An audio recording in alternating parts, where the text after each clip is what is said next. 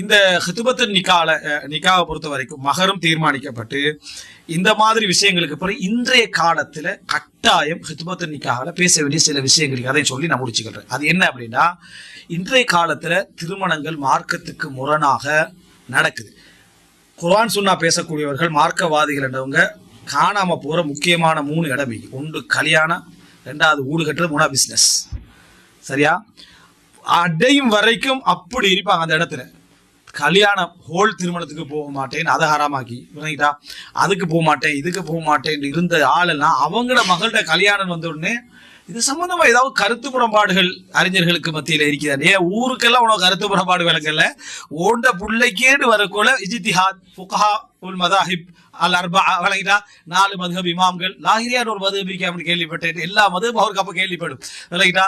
சுஃபியான் தௌரி ஒரு இமாம் தானே, அவர்கிட்ட ஒரு மதுஹப் ஒன்று இருக்கு தானே, எல்லாம் கருத்துக்கள் ஆய்வு செய்யறாராம்.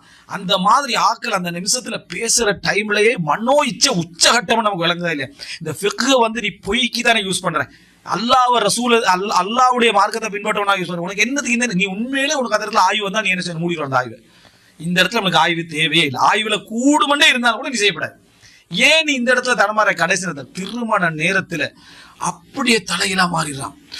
சில சுபஹானல்லாஹ், சிலர் இவங்களும் மாறுவாங்களா அப்படின்னு நினைக்கக்கூடிய ஒவ்வொருடைய திருமணத்திலையும் அப்படி பக்காவா அடிச்சு பேசினவங்க. இதெல்லாம் போவோம், இதெல்லாம் கூடாது, ஹராம். பன்றி இறைச்சி லெவலுக்கு என்ன செஞ்சான், பன்றி இறைச்சி அந்த இருக்கிற ஹராம் லிஸ்ட்ல நமக்கு சொல்லாத மிருகத்தெல்லாம் கொண்டு போட்டு விளங்கிட்டா. அப்படி லிஸ்ட்ல இருந்த பாட்டியெல்லாம் அவங்களோட மகள்கிட்ட கல்யாணத்துல பார்த்தா கூடாது, கூடுமட்டத்தை கூடாதுன்னு சொல்லிட்ட பாட்டியெல்லாம் தான் அவங்களோட மகள்கிட்ட கல்யாணத்தை பார்த்தா திருமண பேச்சுவார்த்தை அகதினிக்காகவே வேற லெவல்ல நடக்குது.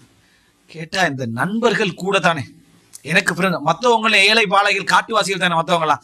இவருக்கு மட்டும்தான் ஃப்ரெண்ட்ஸ் மாதிரிலாம் நிறைய பேர் இருக்கிறாங்க. மற்றவங்களாம் காட்டுக்குள்ள வேடுவர் டீம் விளங்கிட்டா, அதை கற்கால மனிதர்களாக அவங்க வந்து சரியா வந்து சேர்ந்தவங்க தானே. இந்த மாதிரி ஒரு ஒரு பேச்சு பேச பார்க்குறேன். சுபஹானல்லாஹ், இப்படியுமா மனிதர்? இப்போ அவர் ஃபத்வா கேட்கிறார். இப்போ இது சம்பந்தமான சட்டம் என்ன? இப்போ சில உலமாக்கள் போய் மாட்டிக்கிறார், நீங்க வந்து இந்த பயானுக்கு வரலாமா அப்படின்னு. அவருடைய வாழ்க்கை வரலாற பார்த்தா அவர் வந்து கல்யாண விஷயத்துல அப்படி பக்காவா இருந்தவர். அவரும் போயிடுறாரு. போய் பார்த்தா எல்லாம் தலைகீழ். இவர் இப்படி நடக்கிறார். அவருக்கு அங்க சங்கடம். ஏன்னா அவர் 100% நினைச்சு போனது இவர் இப்படித்தான் இருப்பாருன்னு சொல்லி. அந்த சிலரை பார்த்தா விளங்கு, இவர் ஆடம்பரத்தில் உள்ளவர், வசதியானவர், கோடீஸ்வரர், கொடியேட்டி பறக்குவாரு விளங்கிட்டா, ஹெலிகாப்டர்ல தான் கல்யாணம் நடக்கும், பூத்துவாங்க, இதெல்லாம் நல்லா விளங்கிரு. இந்த லெவலுக்கு உள்ள பாட்டியல நம்ம போக முந்தையே நமக்கு விளங்கிரு, இது நம்ம செட் ஆகாது, நம்ம போகக்கூடாது, நம்மளுக்கு விளங்கிரு. இது என்னடா, இந்த ஆள் இப்படித்தான் நடத்தவே மாட்டார்னு தெரிஞ்ச ஒரு கல்யாணத்துல போனா நாங்க தலையிடலாம். அப்ப விளங்குதானே, கல்யாணத்துல என்ன செஞ்சிடறான், இஸ்லாத்தை விட்டுடுறான். அடுத்தது என்ன, பிசினஸ் என்று வந்தா இஸ்லாத்தை விட்டுறான்.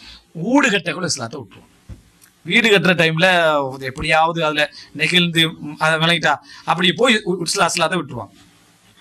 இந்த மாதிரி இடங்களை நம்ம கவனிக்க வேண்டியது என்னன்னு சொன்னால், தெளிவா பேசிடணும். அந்த இடத்துல இந்த திருமணத்துல பொறுத்த வரைக்கும் ஆடல் பாடல் இருக்காது, ஆண் பெண் கலப்பு என்ன செய்யாது, இருக்காது. ஒரே ஸ்டேஜ்ல ஊருக்கே பொண்ணாகவும் ஊருக்கே மாப்பிள்ளையாகவும் இருக்கிற அந்த வேலை நடக்காது. என்ன, மாப்பிள்ளை பொண்ணை உட்கார வச்சு எல்லா பெண்களையும் அவர் பார்க்கிறாரு. அந்த பெண் எல்லா மாப்பிள்ளைகளும் அங்க என்ன செய்யறாங்க, பாக்குறாங்க. பக்கத்துல இருந்து போட்டோ அடிச்சுக்கிறது, கை குலுக்கி கொள்றது, டான்ஸ் ஆடிக்கிறது, சினிமா பாட்டு போட்டு சைத்தான வெளிப்படுத்துறது விளங்கிட்டா.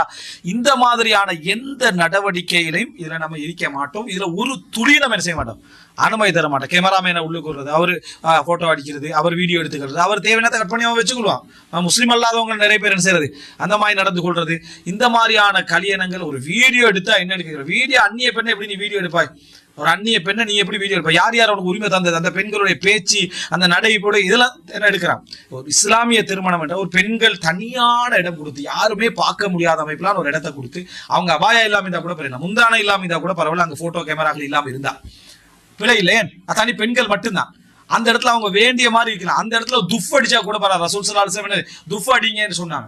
அந்த இடத்துல பெண்களுக்கு மத்தியில பெண்கள் வந்து ஆட்டம் டான்ஸ்ன்றது கூட மார்க்கம் என்ன செய்யல, எங்களுக்கு தடை செய்யல. அவங்க சந்தோஷமா இருந்து கூட தடை செய்யல. ஆனா ஒரு ஆண் பார்க்க முடியாம இருக்கணும், வீடியோ என்ன எடுக்க முடியாம இருக்கணும், போட்டோ அடிக்க முடியாம இருக்கணும். சொல்லலுமா? இப்ப பெண்கள் மட்டும் கலந்து கொள்ளும் பேட்மிண்டன் விளையாட்டுன்னு சொல்றாங்க. பேட்மிண்டன் வந்து பெண்கள் மட்டும் கலந்து கொள்றாங்களாம்னு ஒட்டிக்கிறாங்க. அங்க போனா போனெல்லாம் பறிச்சு வச்சிருவாங்களான்னு. சும்மா கதை தான். போறதுக்கு முந்தையே போட்டால் ஃபேஸ்புக்ல போனா தானே எடுப்பாய், போக முந்தைய வீட்டுல வச்சே ட்ரெஸ்ஸை போட்டு போட்டோ விளங்கிட்டா. நாங்கள் இஸ்லாமிய அடிப்படையிலான பேட்மிண்டனுக்கான பயணம், சுப்ஹானல்லாஹ், விளங்கிட்டா. இந்த மாதிரி ஒரு நடக்கக்கூடிய இடத்துல எப்படி நம்பி நம்ம இந்த எல்லார கையிலையும் போன் இருக்கு, அவன் எப்படி நம்பி நம்ம அப்படி அந்த இடத்துல என்ன செய்ய நடந்து கொள்றது என்ற ஒரு மோசமான இந்த நிபந்தனைகளை மிச்ச தெளிவா பேசணும். இப்படித்தான் அந்த திருமணம் நடக்கும் அப்படின்னு அதுல சிரிச்சுக்கிட்டு அட்ஜஸ்ட்மெண்ட் எல்லாம் என்ன செய்யக்கூடாது, இவ்வளவுதான் சட்டம், இப்படித்தான் நடக்கும். திருமணமே உடைஞ்சாலும் பரவாயில்ல, இதுதான் சட்டம்னு அப்படி நூலுக்கு நிக்கணும், விளங்கிட்டா. இது மார்க்கத்துல இது பிழைனா பிழை தான். அந்த இடத்துல நம்ம அட்ஜஸ்ட் பண்றது பரக்கத்து இல்லாம போயிடும். ஒரு ஆடல் பாடல் அட்ஜஸ்ட் பண்றது, கூத்து கும்மாளத்தை அட்ஜஸ்ட் பண்றது, மாப்பிள்ளை கொண்டு அங்க வைக்கிறதுக்கு அட்ஜஸ்ட் பண்றது, மாப்பிள்ளையோட பெரிய பட சாச்சர மகன் நானும் வந்து ஒரு போட்டோ அடிக்க போறாருன்னு சொல்றது, இந்த மாதிரியான நடைமுறைகள்லாம் கொண்டு வந்து அசிங்கப்படுத்திடுறான். அவர் மட்டும் ஒரு போட்டோ அடிச்சாரு, அவர் வயசாளி தானே, அவர் வயசாளி உனக்கு வயசாளி தான், ஊருக்கு வயசாளி இல்லை, அவரு ஊருக்கு அவர் என்ன அஜ்னபி தான். அப்ப அந்த சட்டத்துல எல்லாம் மிச்சம் கிளியர் ஆகி பெண்கள் சைட்ல இல்ல, ஆண்கள் சைட்ல இருக்கணும். இந்த மாதிரி தான் அந்த திருமணம் நடக்க வேண்டும் என்றதுல மிக ஸ்ட்ரிக்டா நம்ம பேசிக்கிறோம். இதுல சில இல்லாத நிபந்தனைகளை வச்சுக்கிறாங்க, அது நம்ம ஜோடனை சம்பந்தமா பேசுவோம். இந்த விஷயங்களை திருமண விஷயங்கள்ல அதே போல பெண்ணோட சம்பந்தப்பட்ட விஷயங்கள் இருக்குது. இந்த மாதிரி அந்த பெண் இருக்கணும், உங்க அபாயா போடணும், மார்க் ஒழுக்க விஷயங்கள் எப்படி இருக்கும், நீ ஓண்ட நிபந்தனைகள்லாம் அந்த பேச்சுவார்த்தையில மிச்சம் தெளிவா என்ன செய்யணும் இருக்கணும். சிலர் வந்து இப்படி ஸ்ட்ரிக்டா பேசக்கூட என்ன நினைப்பாங்க, கொடூரமா இருப்பாங்களோன்னு கல்யாணத்தை கட் பண்ணி விடுறது, கொடூரமா இருப்பாங்களோடு கல்யாணத்தை கட் பண்றது, அப்படியே வரக்கத்தான் இருப்பாங்கன்னு நினைக்கிறது தோணுது இல்லை. உங்களுக்கு அந்த கேரக்டரை பார்த்தா விளங்கு, அந்த சட்டம் போடக்குள்ளேயே அவருடைய கேரக்டர் என்ன செய்யும் விளங்கு, நல்ல குவாலிட்டி தான், மார்க்கத்தை என்ன செய்யறாரு விரும்புறாரு, அவனுக்கு அந்த அந்த இடத்துல அவனோட பெண்ணுக்கு பாதுகாப்பு இருக்கும், மகளுக்கு என்ன செய்யும் பாதுகாப்பு இருக்கும், ஒரு ஃப்ரீடம் இருக்காதுன்னு நினைக்கிறேன். ஃப்ரீடம் இருக்குதான் கல்யாணம் காணாம போயிடும், அந்த ஃப்ரீடம் கொடுத்து வேலை இல்லை. அப்ப அதனால அந்த இஸ்லாத்துடைய வரையறைக்குள்ள இது நடக்கும் என்ற பகுதியை நம்ம என்ன செஞ்சுக்கிறோம், அதுல தெளிவாக நம்ம பேசிக்கொள்ள வேண்டும். இதுதான் திருமண பேச்சுவார்த்தையோடு சம்பந்தப்பட்ட சட்டங்களுடைய ஒரு ஒரு என்னது ஒரு சுருக்கமான வடிவம். இன்ஷா அல்லாஹ் இதுக்கு அடுத்த பகுதியாக அக்துன் நிக்கா, அதாவது திருமண ஒப்பந்தம் என்ற பகுதிக்கு போவோம். அந்த திருமண ஒப்பந்தம் முதலாவது நம்ம மகருடைய சப்ஜெக்ட் என்ன செய்வோம், மகருடைய சப்ஜெக்டை பார்த்துட்டு திருமண அக்துன் நிக்கா என்ற பகுதிக்கு நம்ம போவோம். ஹாதா மா இந்தி வல் இல்மு இன்தல்லாஹ் வ அகூலு கௌலி ஹாதா வ அஸ்தக்ஃபிருல்லாஹ் லி வ லக்கும். வஸ்ஸலாமு அலைக்கும் வ ரஹ்மத்துல்லாஹி வ பரகாத்துஹு.